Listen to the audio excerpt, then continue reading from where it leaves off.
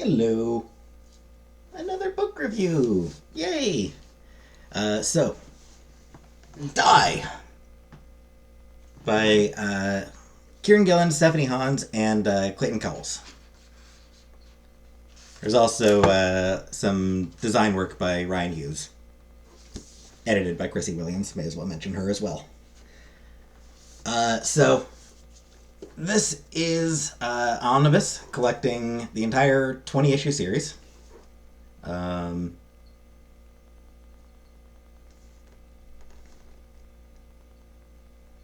for all that it's only 20 issues, it's big, it's heavy. Uh,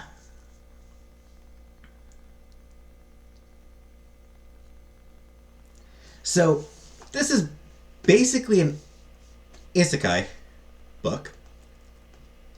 So yeah, the idea behind it, the premise behind it. In 1991, six teenagers got together uh, to do a role playing game. They disappeared.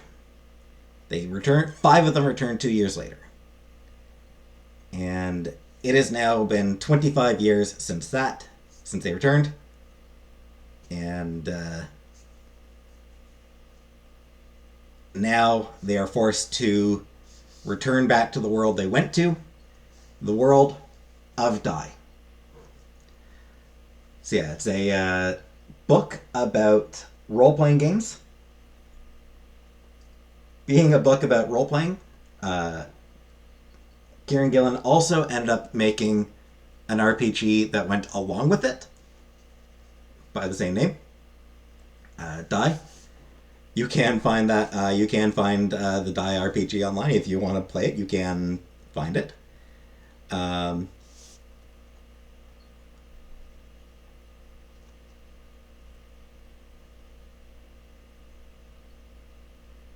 so yeah, it is way darker than the premise sounds. And the premise, I mean, when you think about it, is already kind of dark. It gets really, really dark.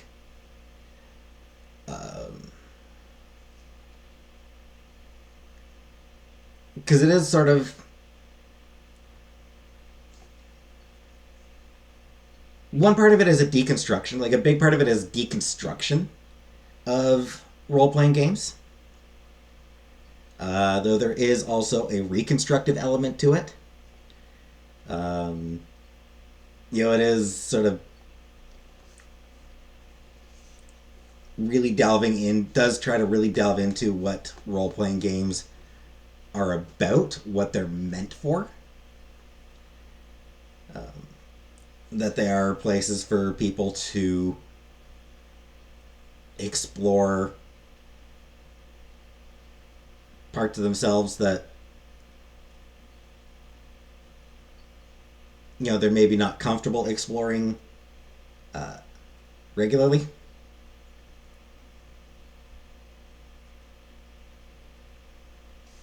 So yeah, it is a custom-made RPG, although it is it does draw a lot of influences from a lot of places. In the context of the comic, it was created by just a 16-year-old kid, 16-year-old boy. So obviously, 16-year-old is going to draw from the things that he knows about, the things that he's familiar with. So Dungeons and Dragons, Lord of the Rings. There's also some Bronte uh, stuff in there. I'll talk about that in a moment. So the world of Die is a 20-sided die, which is a really interesting idea. Like each side of the die is a different region. So like it's a world-sized 20-sided die that's just made up of 20 different regions. Um,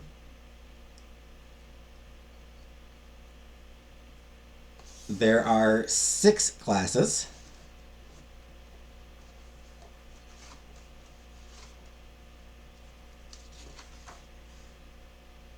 each character plays a different class.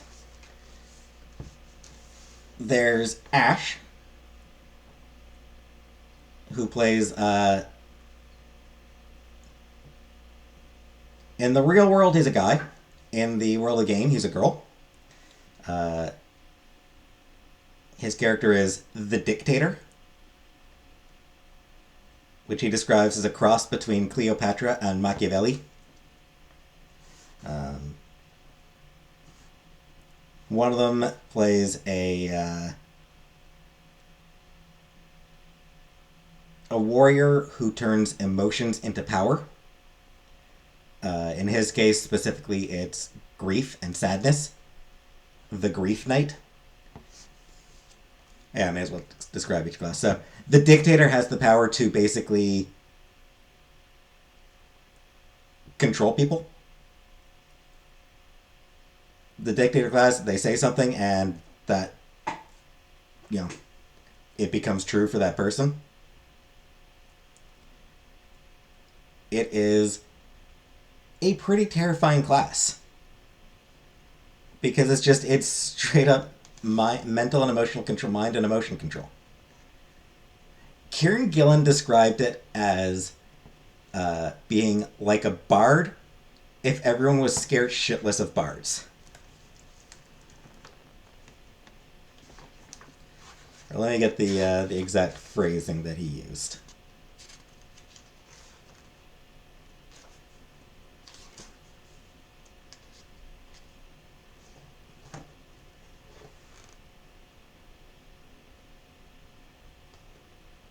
Because it's a pretty funny way of putting it. Because, the Bard class is always, the worst class. Nobody wants to play the Bard.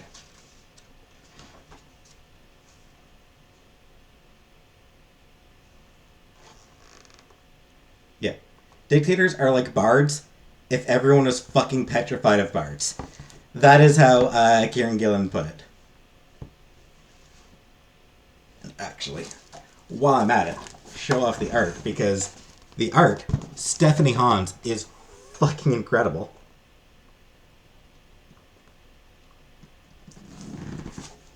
So yeah, there's the Dictator. There's the Emotion Knights, Grief Knight in the case of this character in this book. They're just powered by emotion. He decided to... Oh, and each class gets a specific die. Each class is assigned a specific die, and there is actually a lot of theory that goes into why each class gets that die. So, the Dictator class gets the D4. The Warrior class gets the D8. And there are 8 emotions to choose from for the class. Fitting. Another character plays a cyberpunk. The Neo class, who gets the D10. They're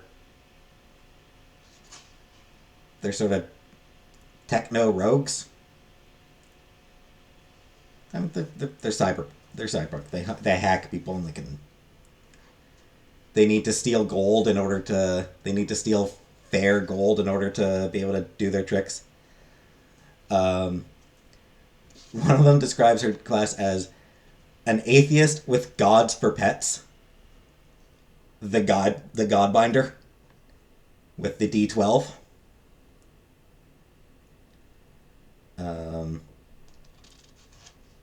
Basically the cleric.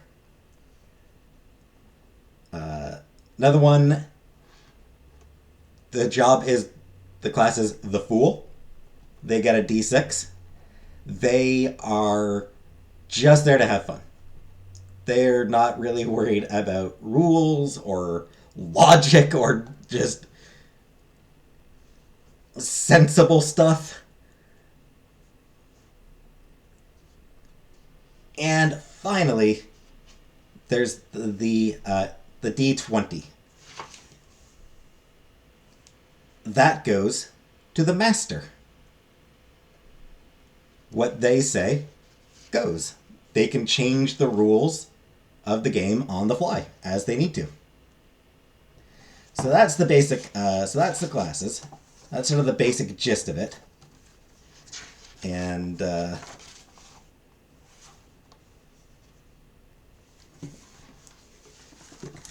just man, it's so good.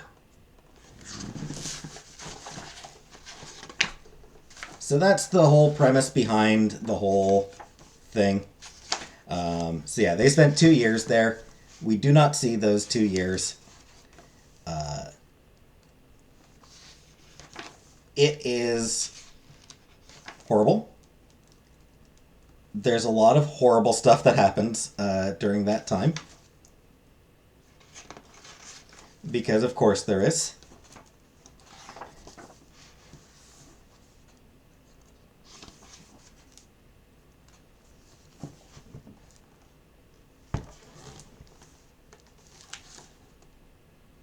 Yeah, I just want to show off a bunch of her art. So they come back 2 years later, and or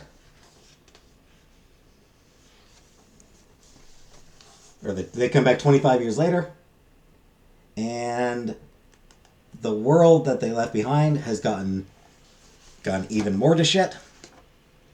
The one of them that was left behind. This is a cool splash. Corner of one of the die, the corner of one of the sides. So you can see it sort of going in different directions,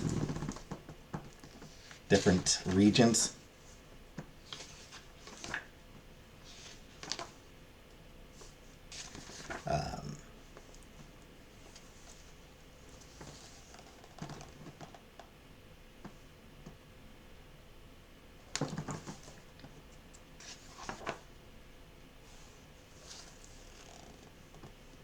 Stephanie Hans is just insanely good.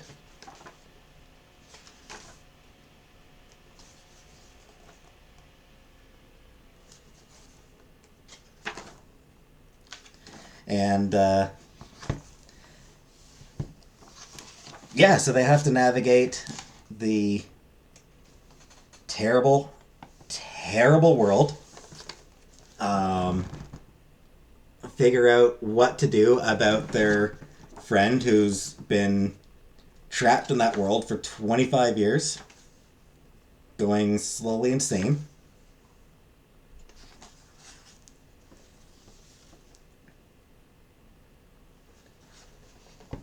And then shit goes even worse. They find out all sorts of horrifying things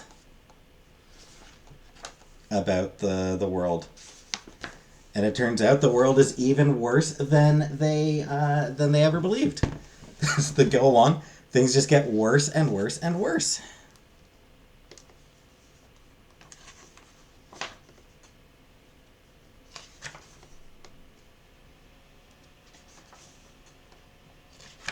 And yeah, it's very complicated.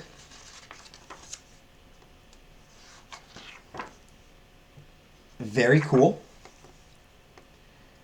A lot of really interesting stuff.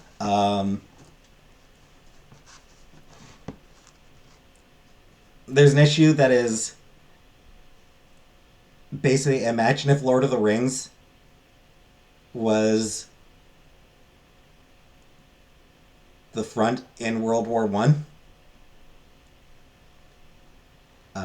That issue, third issue, is really messed up. That is the one where Kieron Gillen is just wrestling with his thoughts on Tolkien as a whole.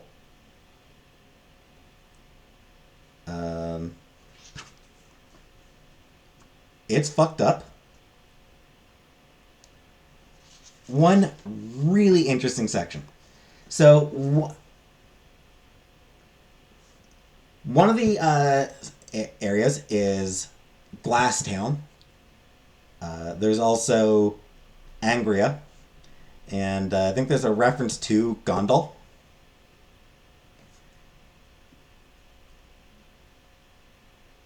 You would have to be super into uh, 19th century English literature to know what those are references to.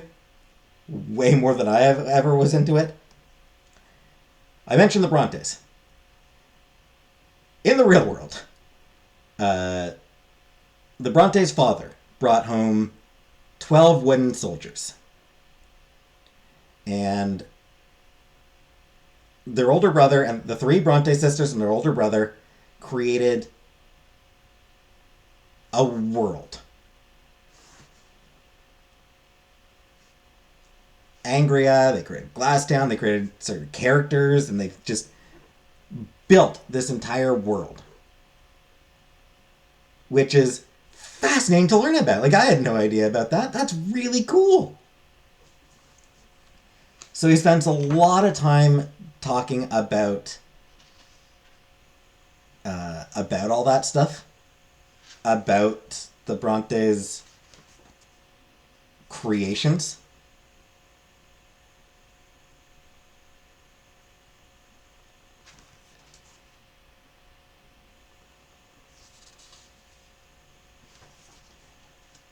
And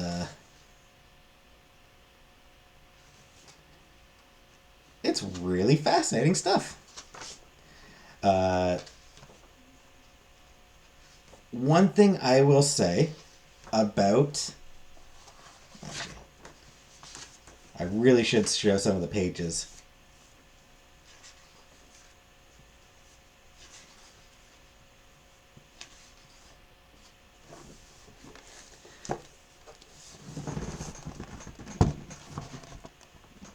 Stephanie Hans is a painter. Like, that's how she makes comics, is she paints.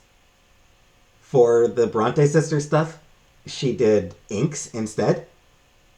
Just to get more of like a classic style.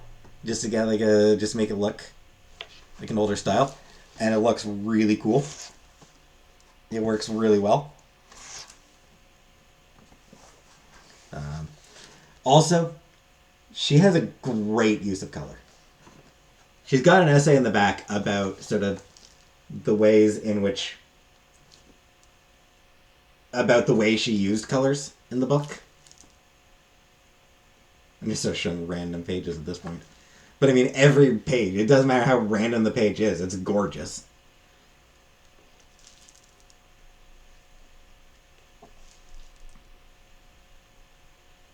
One thing I do want to say. Yeah, there's a lot of really interesting ideas and everything. And the characters are really compelling. Deeply flawed people. Very fucked up people. To varying degrees. Chuck the Fool is a complete asshole.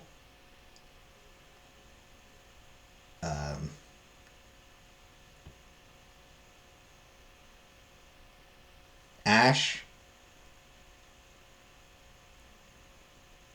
is terrified of how terrible she is. Like, it's really interesting. Like, she's a very cool interesting character. Because she is, quite regularly, she is genuinely a bad person. And she knows she's a bad person. And she's horrified at what a bad person she is. She wants to be a better person. She does sometimes try to be a better person. But the power that she has makes it so easy to be bad. It makes it so easy to be a dictator.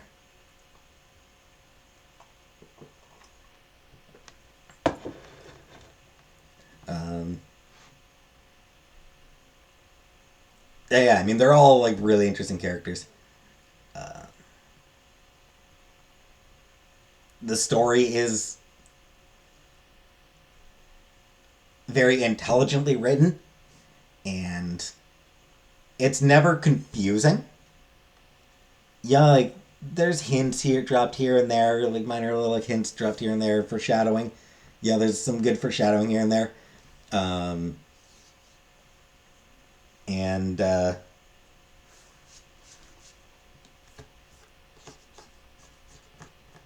it's hard to predict any of the twists, but when the twists come, it's one of those things where it's like, oh, they make sense.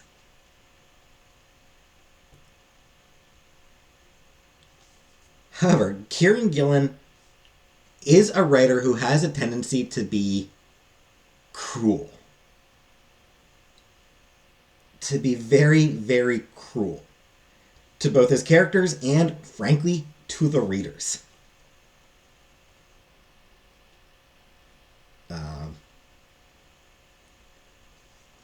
Which is how you know he's an effective writer. Because there are bits where you're like, oh, I hate you now.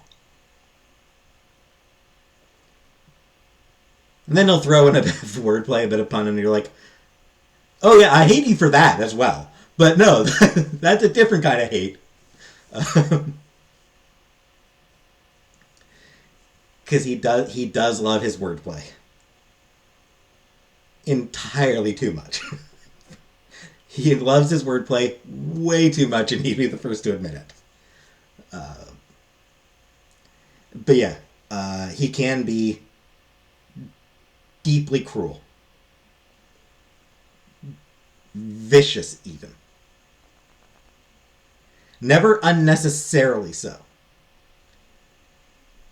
It's never without reason.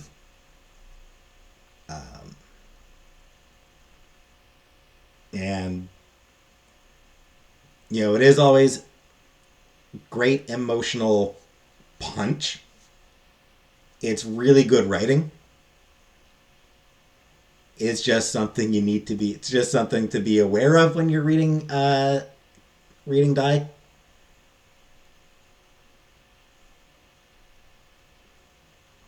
There will be parts where you get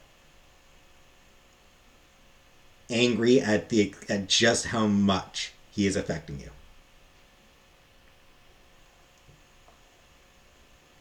Which is what art is supposed to do. It's supposed to affect us. It's supposed to make us think.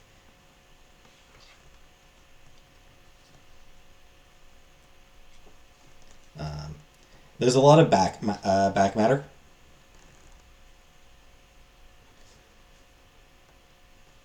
In his description of the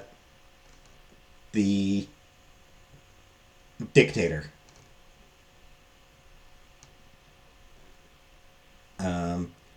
one thing he talks about, I'm just going to quote here. You listen to an upbeat song. You feel happy.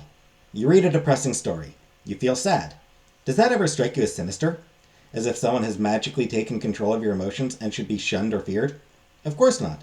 That's just what artists do. It's natural. No, it's not. It's unnatural, sinister magic. And yeah, he gets into the unnatural, sinister magic, for sure.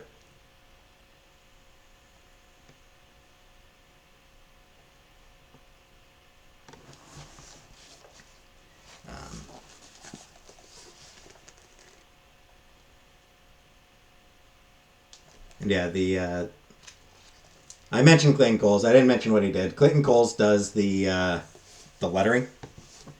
He's someone who's worked with Kieron Gillen a lot. They've known each other for a long time. They've been working together for a long time. And, he is phenomenal.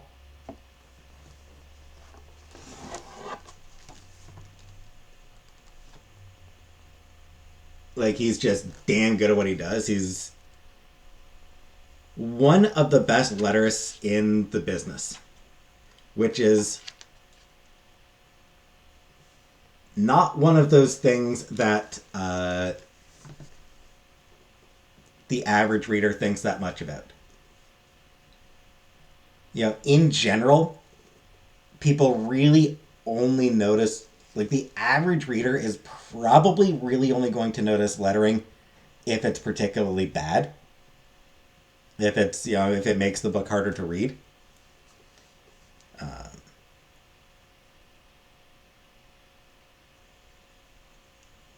Clayton Cowles is one of those writers that you notice because, he's just really, really good at what he does. Hard to show off lettering in on a camera like this.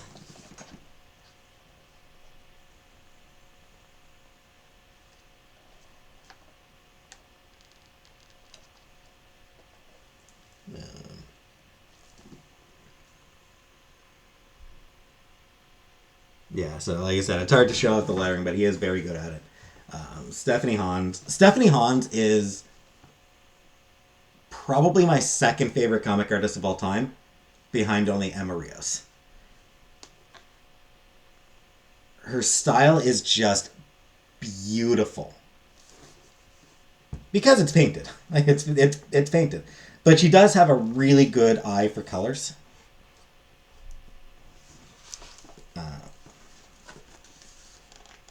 And like emotions and just really good at sort of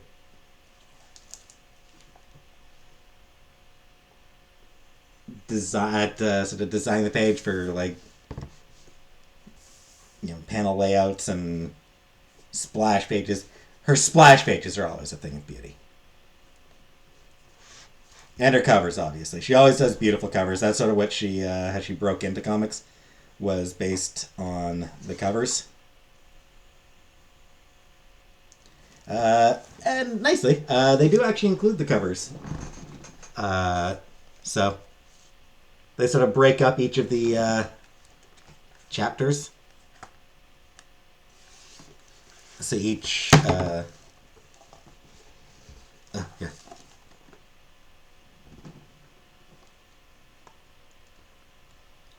There's not a lot of double page splashes in the book. There's a few here and there, but not many.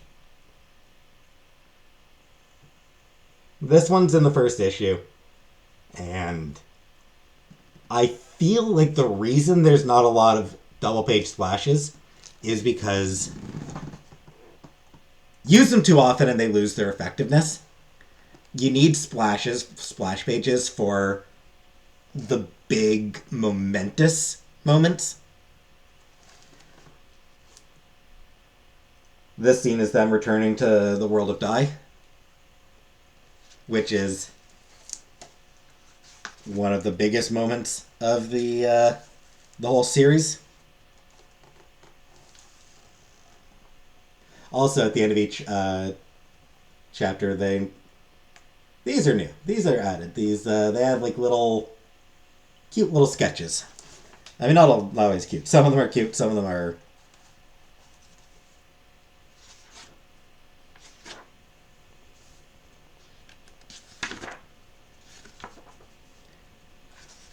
Some are downright heartbreaking. Yeah, Hans did a lot of amazing covers.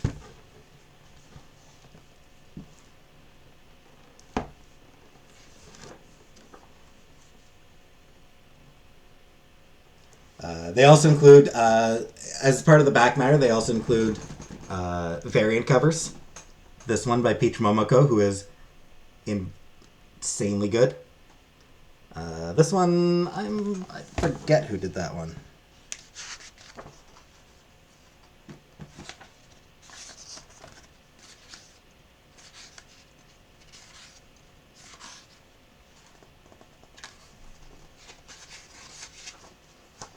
Give me a second to remind myself. Mathieu Laffray. That's who did that one.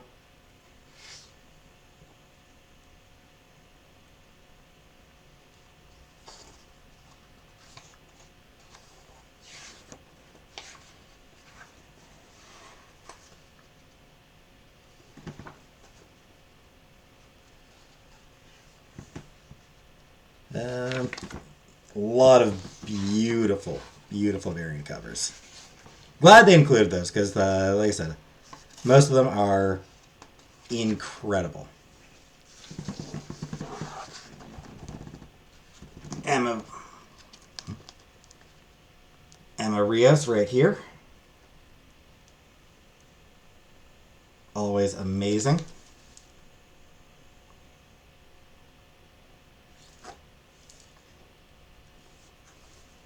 And Mark Simonetti, who is very, very good, very, very well known.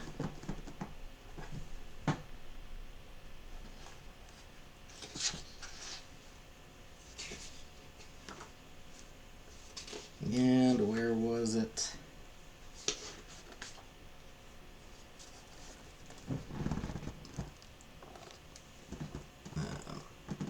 Nope, not that one. Bill Frickinson-Kevich. And then, yeah, all the essays. The original issues, as they were coming out, had each had an essay in the back, and those got included as well, which is very nice. So some of them talk about sort of developing the game. Some of them are talking about sort of themes that were heavily explored in the given issue. Yeah, like issue 3 talks a lot about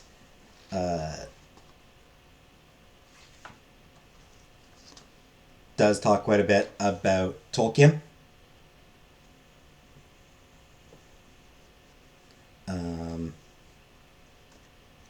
And there's also a bunch of interviews. He came up with the theory that the 2010s are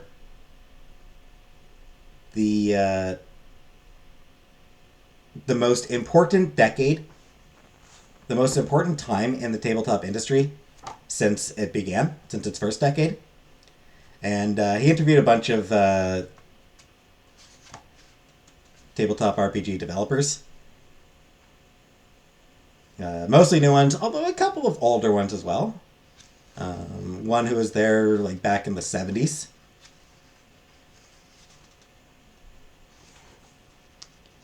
So that's all really interesting stuff.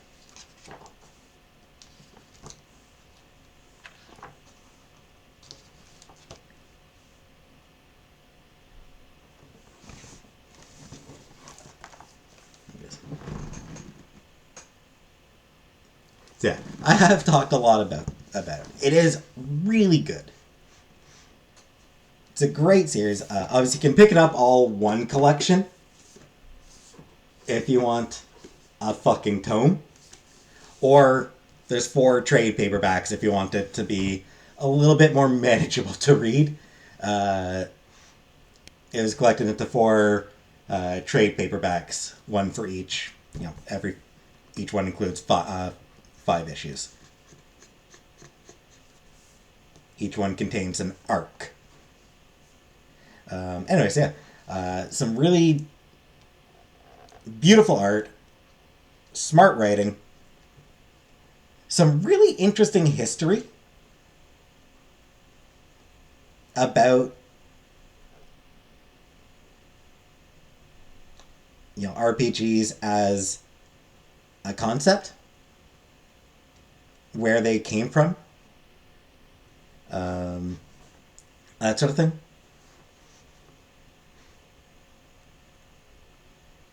And yeah, a very emotionally effective book. So it is one that I definitely recommend reading if you don't mind a little bit of trauma here and there.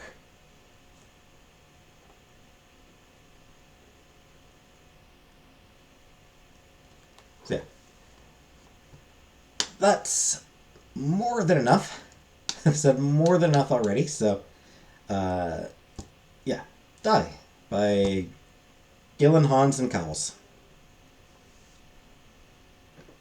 Next, I'm going to read another graphic novel. It's going to be, I'm pretty sure, a little bit lighter. Next one will be The Girl from the Sea by Molly Knox Ostertag. which is just, I believe, a middle grade novel, or middle grade graphic novel. So it very well may still have some stuff that's emotionally devastating, but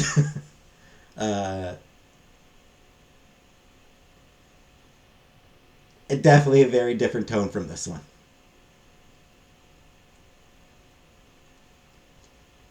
So, yeah, so thanks for watching, and I'll see you in another video.